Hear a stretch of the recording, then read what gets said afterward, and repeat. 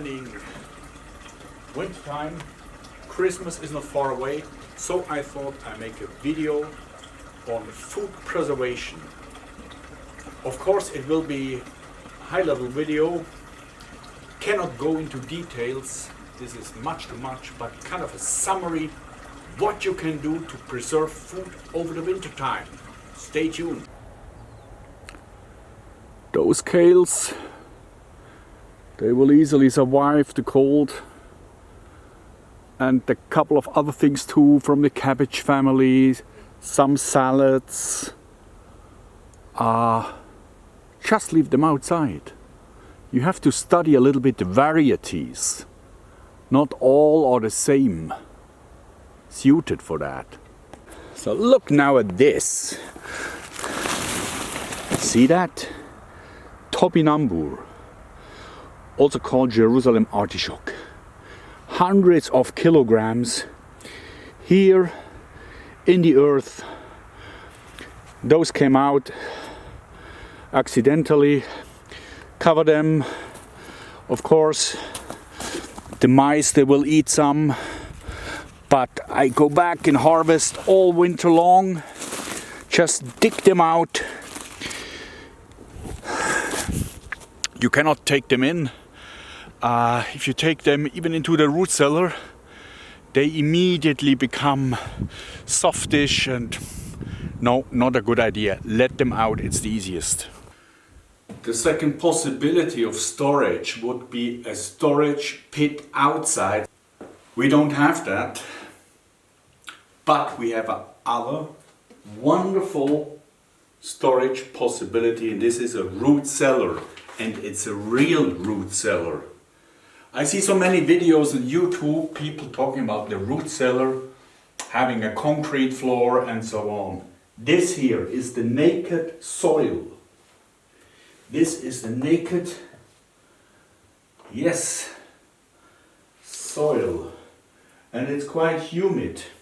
You see it also on the color here, on this compacted soil loam. And when it comes to storage, I would not put everything in a root cellar. Here it's cool and humid, so that's perfect for roots. And of course all the canned stuff, the beverages, wine, the ferments and so on, if they are done, they are great here. Of course you want to store in a root cellar also some roots. We have not too many this year, the potatoes are still upstairs. Roots, it's the best to store them in humid sand. These here are yacon. I yet have to cover them, the sand is just some soil. But this way is perfect for carrots, for beets, a certain type of winter radishes. So we will put more of those containers for next year, where I expect at least to have a lot of beets and carrots. So some people think a root cellar is the proper storage for everything. By no means. A root cellar should be cool and humid. But stuff like the nuts over there and the onions back, the remainder of our onion, they like cooler places which are not so humid. So basically a barn like this during wintertime is the ideal place. When we store foods in the barn, those metal containers really make sense. You know why? It's just to keep all type of rodents out.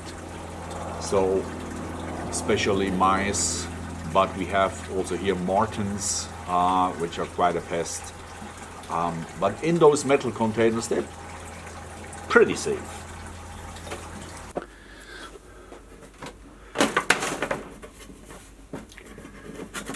This is our desiccator, a brand called Dörex from Stöckli, and you can stack many of those sieves into it, And that's perfect for dehydration of all kind of stuff, herbs, but here in Switzerland we have a tradition of desiccating beans, apples, pears, so all kind of fruit. A very nice way of conservation. In the cool and well aerated barn, this is also the perfect spot to dry herbs. Just hang them up in bundles like this. Mint, and here we have some sage. This thing here doesn't need any explanation. So, but freezing, of course, is very important part of conservation. Having meat, vegetables, berries. We prepare a lot of spätzle.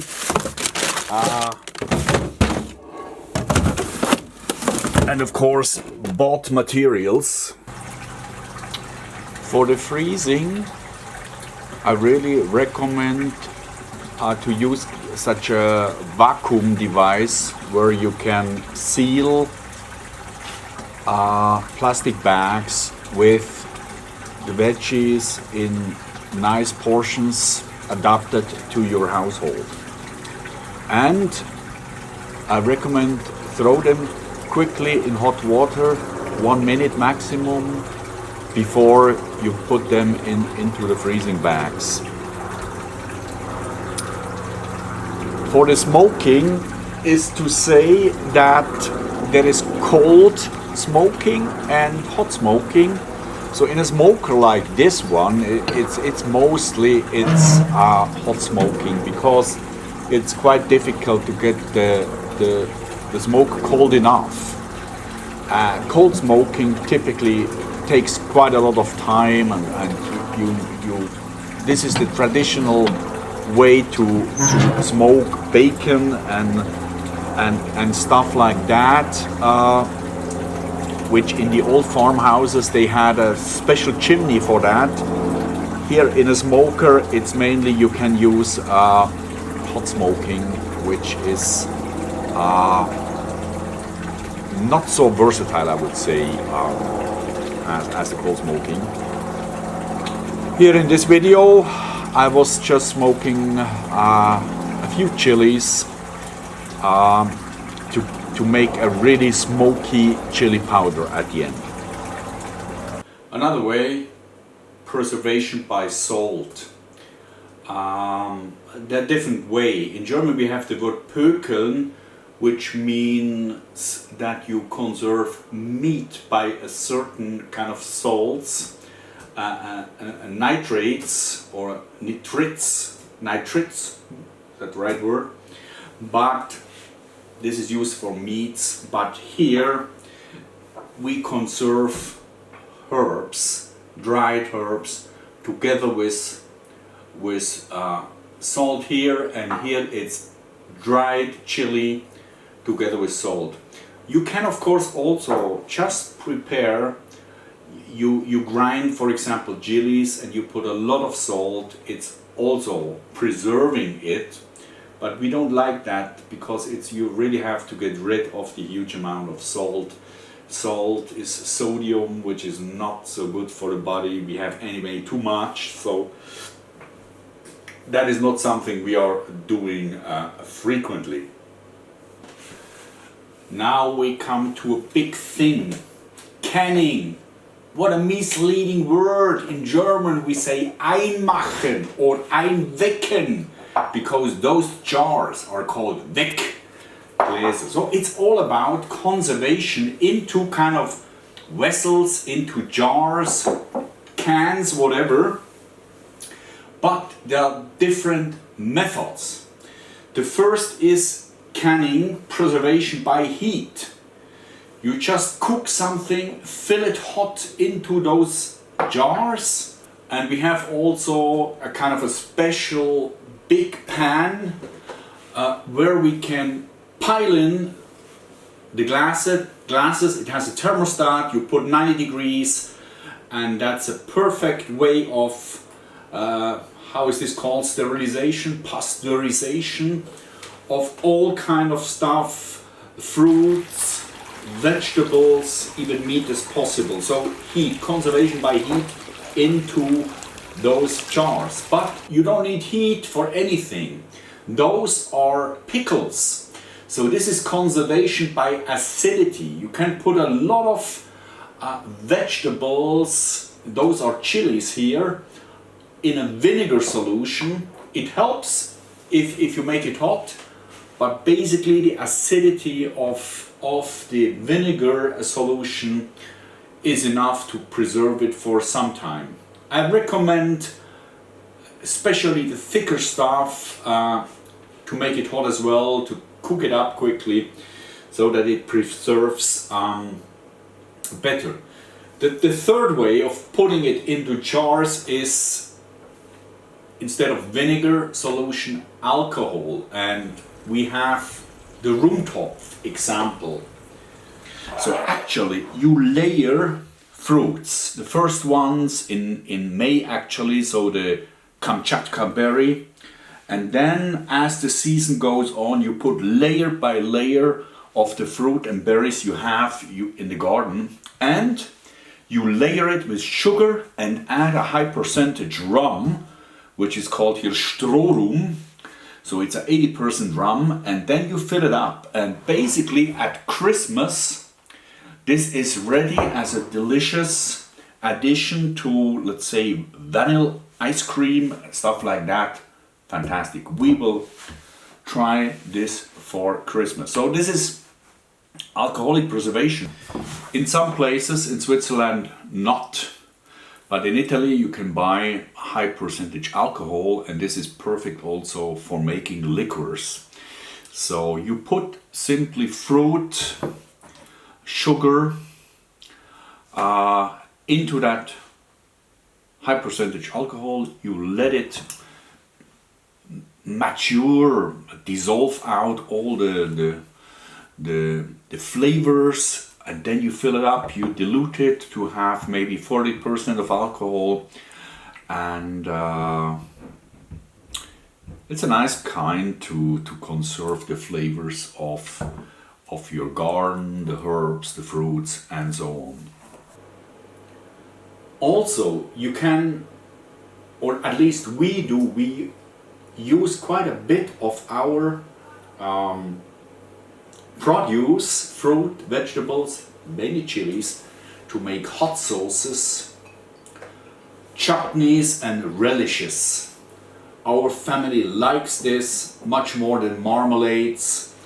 Marmalade would be of course an option using the same method, but there's also a lot of sugar to preserve it.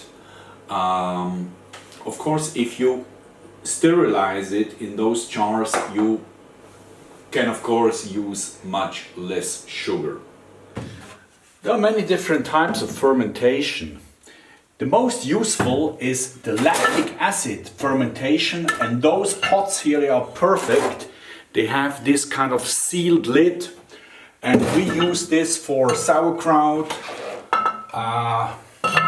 crouchy, this kind of stuff.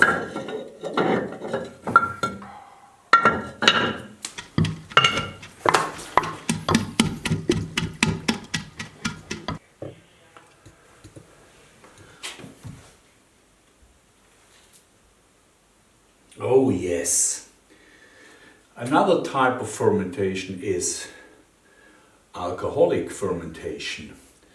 So not lactic bacteria, but yeast fermenting sugar into alcohol. So this is a homemade fruit wine. Smells delicious, but now it's time I really have to fill it into bottles. Yeah, hope it's not too late. look at this. This is another way of fermentation, the third kind. And actually, while lactic fermentation and alcoholic, you have to keep the air, the oxygen out. This here needs oxygen, and this is an acetic fermentation. Hope you see it here. This is the mother of vinegar. This is a bacterial microbial community. It's full here with those microorganisms, and they transform alcohol into vinegar. Let's smell. Yeah, needs a little bit more, but it's close. This one here.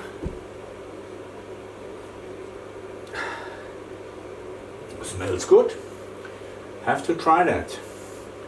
So we easily make all our vinegar here ourselves, just using bad wine or other alcoholic beverages which have gone awry. Concerning fermentation, it's of course much more. We are not talking here about cheese fermentation, all the dairy stuff, or fermentation to make, I don't know what, soya sauce and or sourdough, and actually, if you think about it, we eat much more fermented stuff than we would think at the first glance, and I think it's good. There's the Bible of fermentation telling us how healthy probiotic food is for our body. So, that's it. Hope you like that compilation of food storage, food conservation topics. You see, I added some descriptions for each method, what could be suited. That's it. If you like it, thumbs up please, and all the best. Bye bye. Cheers.